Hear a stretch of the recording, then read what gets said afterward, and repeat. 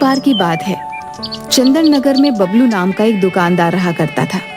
उसकी दुकान पर बहुत अच्छे अच्छे कपड़े होते हैं। वह रोजाना अपनी दुकान खोलकर बैठता, परंतु उसकी दुकान से एक भी कपड़े नहीं बिकते। रोज की तरह दुकान बंद करके वह घर पहुंचता।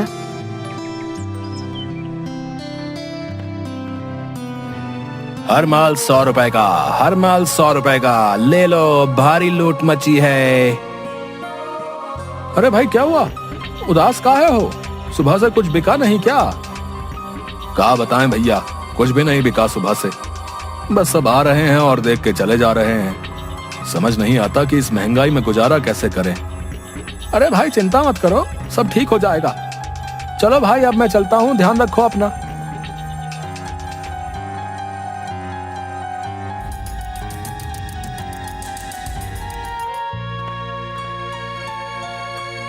नहीं अम्मा, आज भी कुछ नहीं बिका।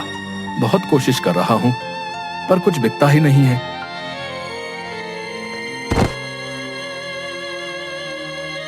बेटा लड्डू, तुम दौड़ क्यों रहे थे? क्या हुआ? पापा, आप मेरे लिए किताब लाने वाले थे। आप लाए वो किताब? कल गुरुजी उसी किताब में से पढ़ाने वाले हैं। बेटा मैं गया था लेने, पर दुकान बंद थी, इसलिए मैं ला नहीं पाया।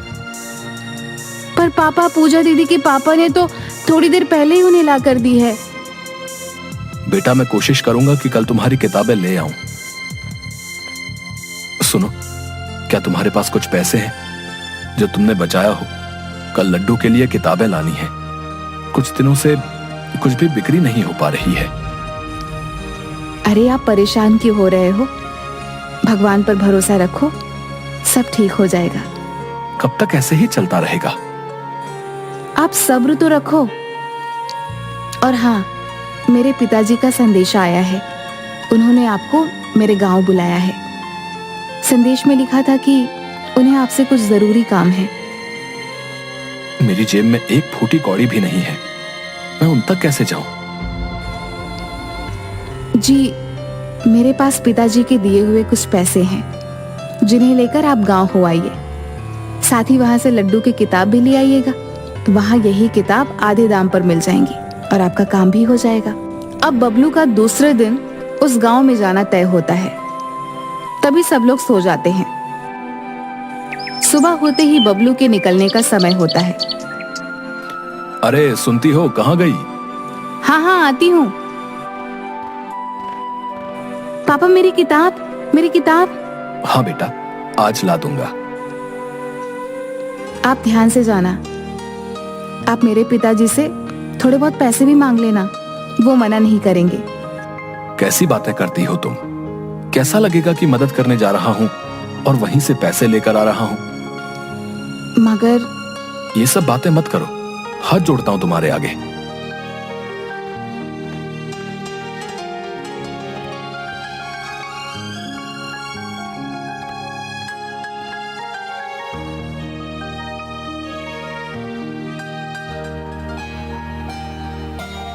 अरे अतुल भैया, खिपौना जाने के लिए कोई तांगा या बैलगाड़ी नहीं दिख रही? क्या बताएं मामा, आजकल रास्ते के डाकू ने लूट मचा रखी है। इसी वजह से खिपौना के रास्ते पर कोई भी सवारी गाड़ी ले जाने को तैयार ही नहीं है। यार अभी पैदल निकल जाता हूं, रास्ते में आराम भी कर लूंगा, तो भी शाम तक पहुंच जाऊंगा। कभी कोई रास्ते में कोई गाड़ी मिल जाएगी तो उसमें बैठकर गांव तक पहुंच जाऊंगा।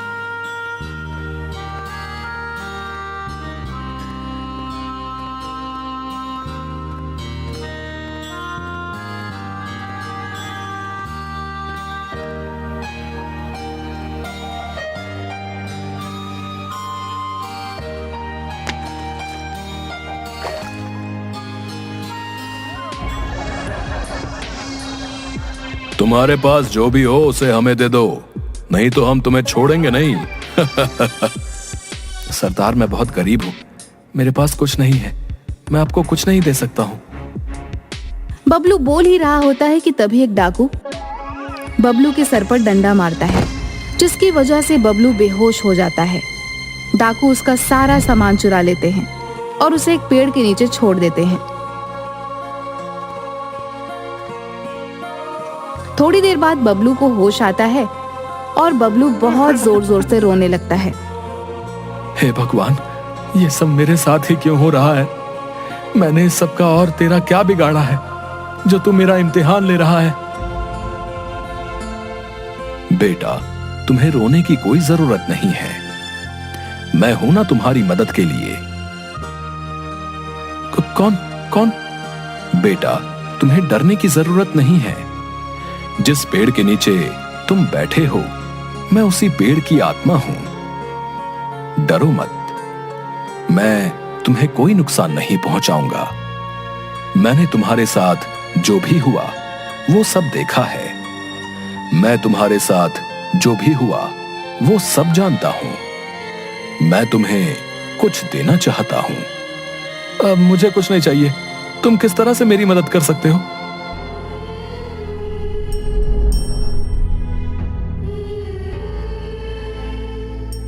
तुम इस रास्ते में आ जाओ।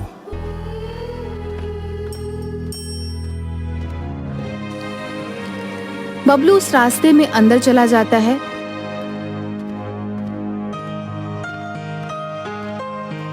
वो जैसे ही अंदर पहुंचता है, देखता है कि बाहरी दुनिया से बिल्कुल अलग और उल्टी दुनिया है, बहुत ही ज्यादा सुंदर, जैसे कि स्वर्ग।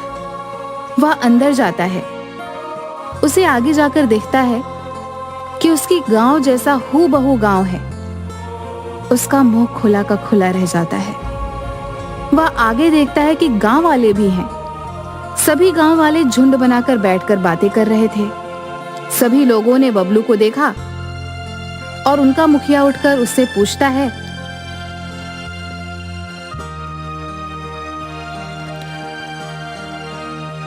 भाई कौन हो? तुम कहां से आए हो? मेरा नाम बबलू है। बबलू उसके साथ हुई घटना को बताता है कि मैं यहाँ ऐसे पहुंचा।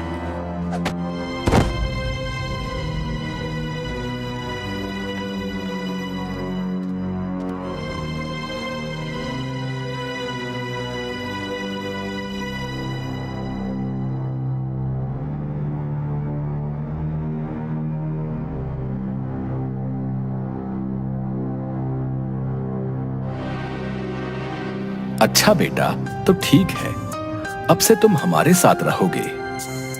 नहीं नहीं, मुझे अपने घर वापस जाना है। मुझे तो यहाँ पेड़ ने ही अंदर आने के लिए कहा था, इसलिए मैं यहाँ आया था। जो यहाँ एक बार आ गया तो फिर यहाँ से जा नहीं सकता। मैंने भी कई बार कोशिश की, पर वो जादुई जंगल मुझे यहीं ला छोड़ता है। मेरा भी परिवार है, मुझे उन्हें भी संभालना है। बाहर जाने के लिए तुम्हें जादुई जंगल से जाना होगा। रास्ते में मिलने वाले जिन के सवालों का जवाब देना होगा, वही तुम्हें आगे का रास्ता बताएंगे। मैं तैयार हूं।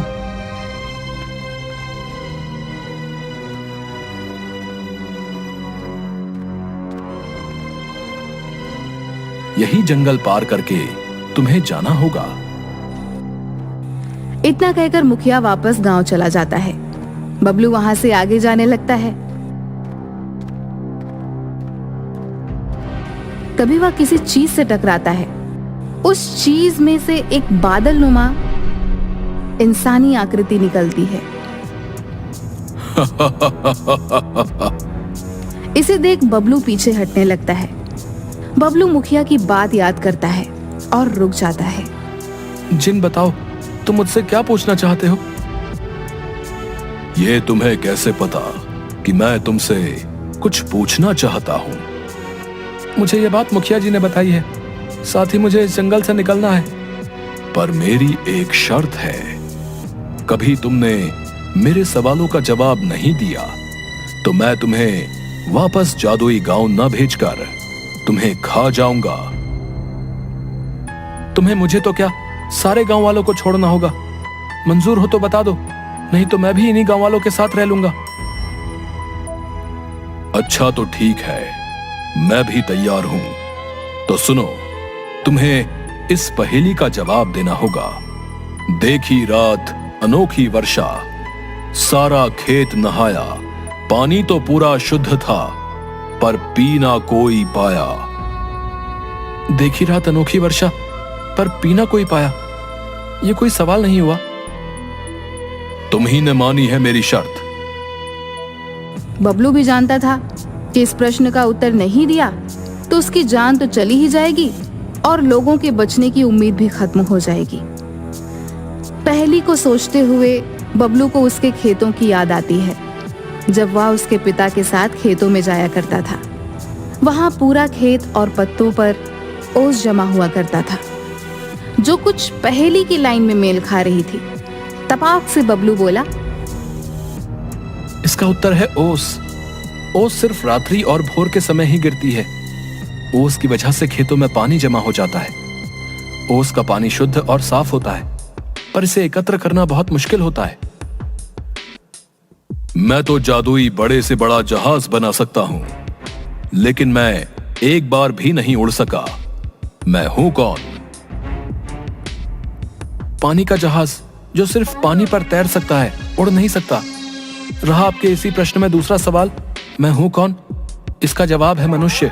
वो बड़े से बड़ा जहाज बना तो सकता है, लेकिन खुद कभी नहीं उड़ सकता है। तुम बहुत तेज दिमाग और बुद्धिमान हो। ये मेरे आखिरी सवाल का उत्तर दे दिया तो तुम और गांववासी सभी स्वतः ही अपने अपने गांव पहुंच जाओगे। तो सुनो प्रश्न। लाल बुझक्कड़ बूझ के और न बूझो कोय, पैर में चक्की बांध के हिरना कूदो होए। बबलू इसे सुनकर भौचक्का रह जाता है। उसने लाल भुजक्कड़ की बहुत ढेर सारी कहानियां पढ़ी और सुनी रहती थी। ये लाइन उसने उसके बेटे लड्डू की किताब से पढ़ी और लड्डू को समझाई भी थी। इसे याद करके वह अपने बेटे के साथ अच्छे दिनों की याद कर मुस्कुराने लगता है। उसकी आंखों में आंसू आने लगते हैं, जिसे देख जिन्न भी उसके साथ हुई घटनाओं को देख लेता है। जिंदगी में कभी किसी के बारे में बिना देखे, बिना जाने कुछ नहीं कहना चाहिए, जब तक उस पहलू को आप जान न लें। आमतौर पर लाल बुझक्कड़ कहते हैं, जो अपनी दुनिया के अलावा बाहरी दुनिया को न देखते हुए अपने आप को ही सही सिद्ध करता है, अर्थात वो जो सीखने और समझने को तैयार नहीं होता है। बबलू के इतना कहते ही एक तेज रोशनी के साथ एक तेज आवाज आती है। बबलू को तेज रोशनी के कारण उसे कुछ भी नहीं दिखाई दे रहा होता। उसके बाद वह देखता है कि वह उसके गांव के पास खड़ा होता है। उसे सभी के घर दिखाई देते हैं, पर खुद का घर नहीं दिखाई देता। वह जहां पर खड़ा होता है वहां एक बहुत बड़ा और सुंदर घर होता है।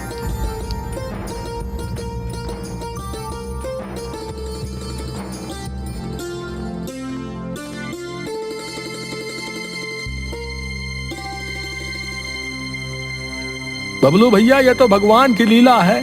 जो भगवान को करना है वो करके ही रहता है। ये सब कैसे हुआ? मैंने कहा था ना, सब्र रखो, भगवान सब ठीक कर देगा। हम सभी लोग रात में सोए हुए थे, तभी कोई जैसे आया और जादू करके चला गया। साथ ही ये चिट्ठी आपके नाम छोड़कर गया है। मैं तुमसे बहुत खुश हुआ। तुमने सिर्फ अपने बारे में ही नहीं, सभी के बारे में सोचा, साथ ही सभी को छोड़ने के लिए कहा। इसी उदारता के लिए मैं तुम्हें ये सुख और सुविधा और धन दे रहा हूं। ध्यान रहे कि जो भी तुम्हारे साथ घटा है वो तुम किसी से ना कहो। यदि तुम किसी को भी कुछ बताते हो तो ये सब तुमसे छिन जाएगा। इस कहानी से हमें ये सीख मिलती है कि पढ़ने और जिंदगी में हुई घटनाओं को कभी भी नहीं भूलना चाहिए। इन घटनाओं से हमें सबक लेकर हम अपने आने वाले समय को और आसान बना सकते हैं।